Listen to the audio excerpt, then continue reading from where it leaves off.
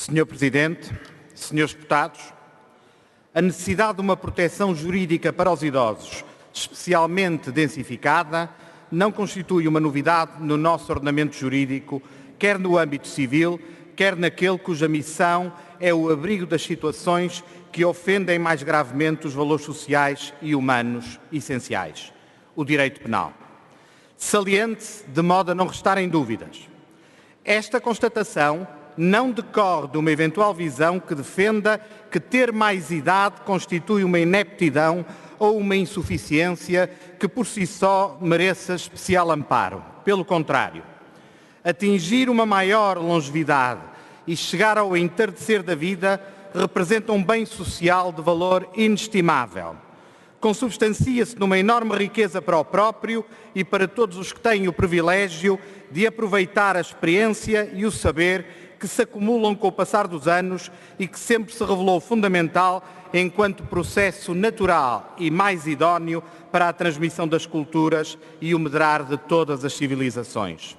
Contudo, é inegável que o envelhecimento pode induzir algumas dependências, sejam de cariz económico ou de prestação de cuidados básicos de higiene e de saúde. E, do mesmo modo, poderão ser potenciadas situações de aproveitamento de fragilidades capazes de causarem às pessoas idosas danos patrimoniais ou, como todos sabemos, provocar casos de violência física ou psicológica. Não acreditamos numa sociedade dividida entre novos e velhos. Reconhecemos de forma positiva e construtiva o papel social dos idosos, a quem encaramos como os nossos maiores, felizmente ainda entre nós. Já em novembro de 2013, a União das Misericórdias Portuguesas defendeu a necessidade de legislação que responsabilize famílias que abandonam idosos em hospitais e lares. Em julho de 2014, o Conselho Nacional de Ética para as Ciências da Vida, no seu parecer 80-CNEV-2014, defendeu que devia ser elaborado um programa de apoio às famílias que cuidam ou desejam assumir o cuidado dos seus idosos, recomendando ainda a aprovação de um Estatuto do Idoso. Também, entre 2011 e 2015, o Governo PSD e CDS tomou medidas para a sustentabilidade da Rede Nacional de Cuidados Continuados Integrados, contratualizando mais 2.140 camas na rede de cuidados continuados, um acréscimo de 39% da sua capacidade de internamento face a 2011, prevendo-se a abertura próxima de mais 986 camas nessa mesma rede. E tendo presente que a política não pode restar na simples tomada de posições ou na defesa teórica de princípios com que quase todos dizemos concordar, importa, neste debate, realçar e saudar a ação do Governo da coligação que erigiu a estratégia da proteção ao idoso como uma prioridade através da resolução do Conselho de Ministros número 63/2015, de 25 de agosto. Por este meio, a matéria foi inserida numa lógica de reforma jurídica, pensada e sustentada, como uma renovação e complementação imprescindível às respostas sociais que a nossa contemporaneidade exige para que a sociedade que queremos seja ainda mais digna e respeitadora dos valores daquilo que muito apropriadamente chamamos direitos fundamentais dos idosos. Nesse sentido, em conjunto com o CDS-PP, apresentamos a este Parlamento 3 projetos de lei.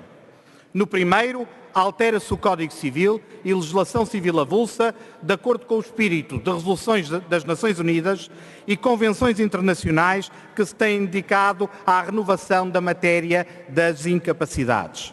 São aí enunciados princípios que devem ser observados em sede de aplicação das medidas de proteção: a dignidade da pessoa humana, a audição e participação, a informação, a necessidade e proporcionalidade, a flexibilidade e a preservação patrimonial.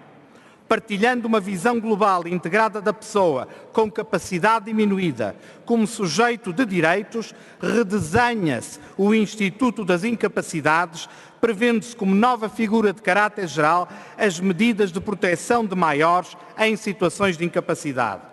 Esta nova figura inclui, ao lado dos institutos clássicos da interdição e da inabilitação, 2 institutos do direito das obrigações que são adaptados às finalidades visadas com as medidas de proteção, o mandato e a gestão de negócios.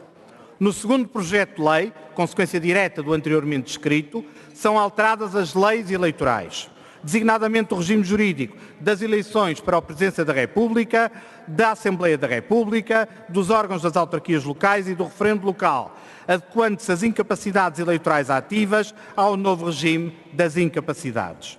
No terceiro projeto de lei, visando dotar de eficácia e acentuar o pendor da intervenção judicial desta reforma, o PSD e o CDS-PP propõem-se alterar o Código Penal, aditando ao título dos crimes contra as pessoas o novo capítulo 9º, criando 5 tipos legais de crime contra os direitos fundamentais dos idosos e agravando outros 3 crimes já pré-existentes.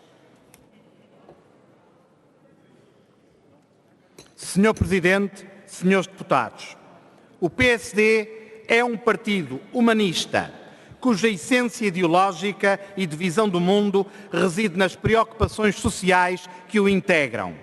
Somos um partido do centro político moderado e, sendo assim, não podíamos deixar de ser pioneiros nesta relevantíssima matéria dos direitos fundamentais dos idosos. Não é possível nem desejável condescender com práticas indesculpáveis porque atentatórias contra os direitos fundamentais dos idosos mediante uma mera desaprovação moral, quando esta se vê despida dos instrumentos jurídicos que lhe outorguem eficácia. E sublinhe-se, estas situações não devem deixar de ser tidas como aberrantes apenas pelo facto de possuírem uma verificação milenar. Lembramos as antigas lendas do velho, da montanha e da manta, que com versões mais ou menos semelhantes existem tanto no folclore nacional como no dos índios da América do Sul. Temas que versavam o cruel abandono dos mais velhos e que foram tratados literariamente desde Miguel Torga até, por exemplo, uma das mais belas obras da cinematografia japonesa, a Balada de Narayama. Estes episódios são universais apenas porque fazem parte da história universal da infâmia. E não são, porque não podem ser, intemporais. Desde logo, porque através da presente reforma legislativa em Portugal, queremos dizer que este tempo chegou ao fim sem complacências. E este sim constituirá um verdadeiro avanço civilizacional. Pedimos o apoio das bancadas parlamentares neste nosso propósito, que deve pertencer a todos, porque a todos diz respeito. Estamos dispostos a ouvir, a ajustar e a melhorar estas nossas iniciativas com os restantes partidos deste Parlamento e com todos aqueles que queiram dar o seu contributo para esta reforma legislativa que não pode mais tardar. Muito obrigado. Muito obrigado.